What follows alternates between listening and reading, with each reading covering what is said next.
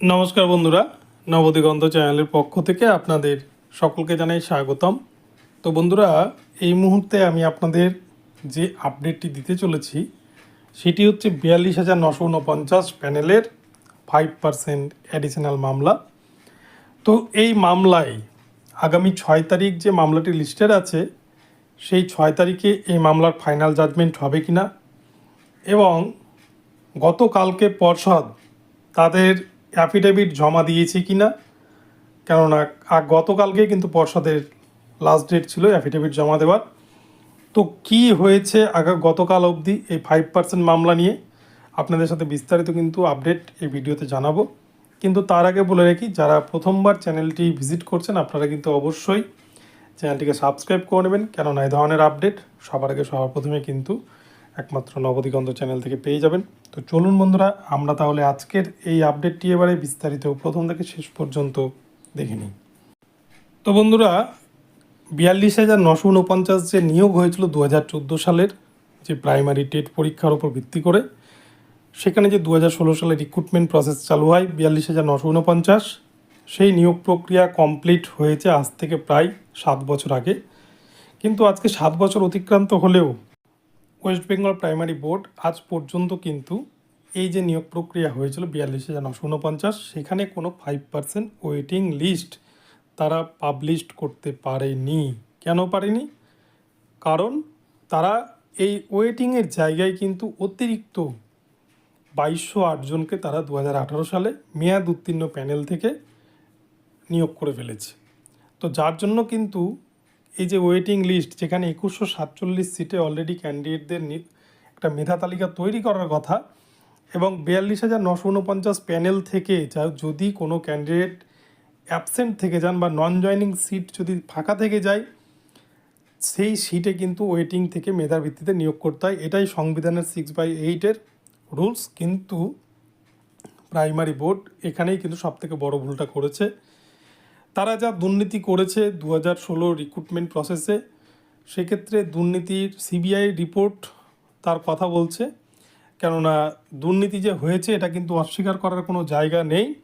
কেননা আপনারা দেখেছেন গত 30 তারিখেও কিন্তু একটা রব উঠেছিল চারিদিকে যে 30 এপ্রিল 2024 তারিখ হয়তো প্রাইমারি টেট 2014 বাতিল করে দিতে পারে বিচারপতি রাজাশেখর মান্থা।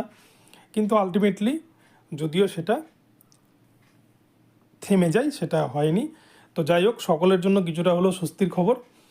কিন্তু এই যে 42,949 যে প্যানেল, সেখানে যদি নিয়ম মোতাবেক প্রাইমারি বোর্ড ওয়েটিং লিস্ট দিয়ে তারা যদি যোগ্য ক্যান্ডিডেটদের নিয়োগ করে দিত, তাহলে কিন্তু আজকে এই যে সমস্যাটায় ভুগতে হচ্ছে এই সমস্যাটা পড়তে হতো না।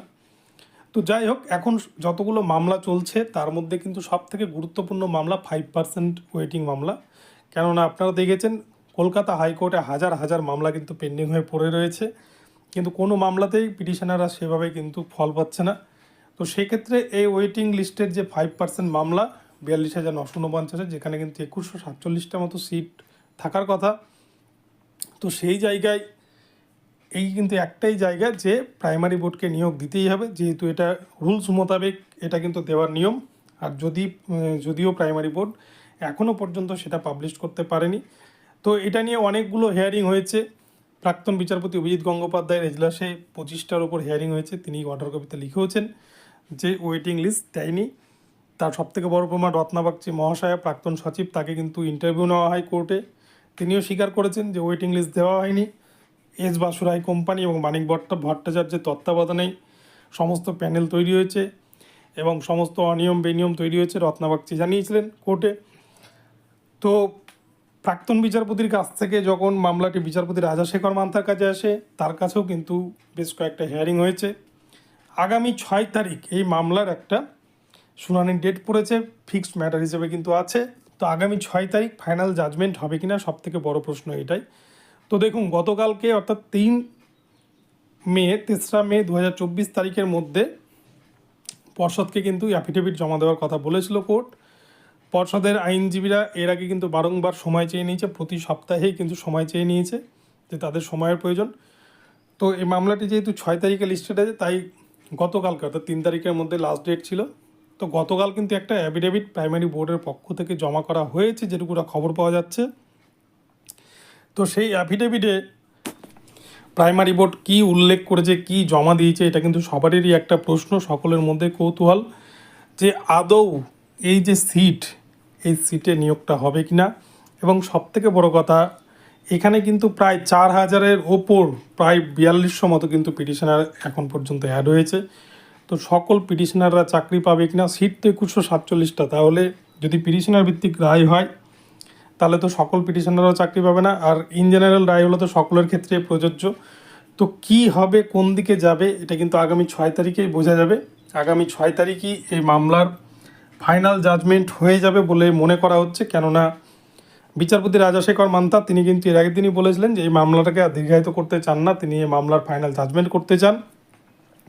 এবং সেই ক্ষেত্রে কিন্তু বিচারপতি পর্ষদকে সময় দেন অ্যাফিডেভিট জমা করার।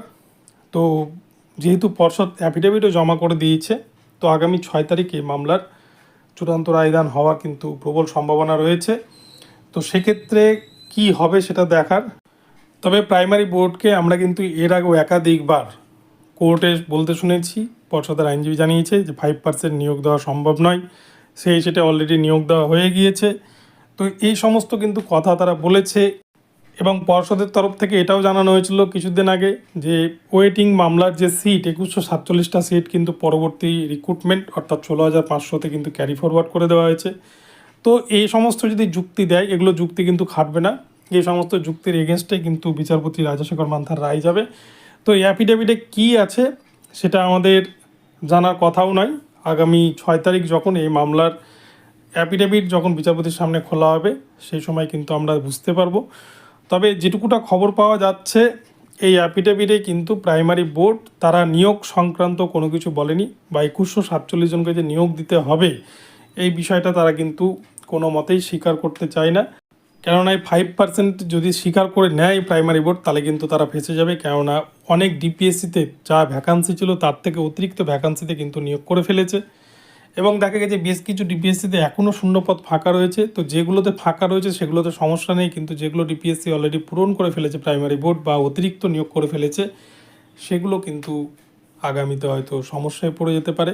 সেই জন্য প্রাইমারি বোর্ড যেমন করে হোক এই 5% মামলাটিকে থেকে কিন্তু বেরোনোর চেষ্টা করবে, তারা এটা থেকে বাঁচার চেষ্টা করবে যাতে কোনোভাবে এখানে নিয়োগটা দিতে না হয়। আর পর্ষদের এফিডেভিটে কিন্তু এই ধরনেরই কিছু কথা রয়েছে যেখানে তারা এই নিয়োগটাকে অ্যাপ্রিসিয়েট করছে না। সেক্ষেত্রে আগামী 6 তারিখে কিন্তু চূড়ান্ত জানা যাবে যে ঠিক কী হতে চলেছে এই মামলায়।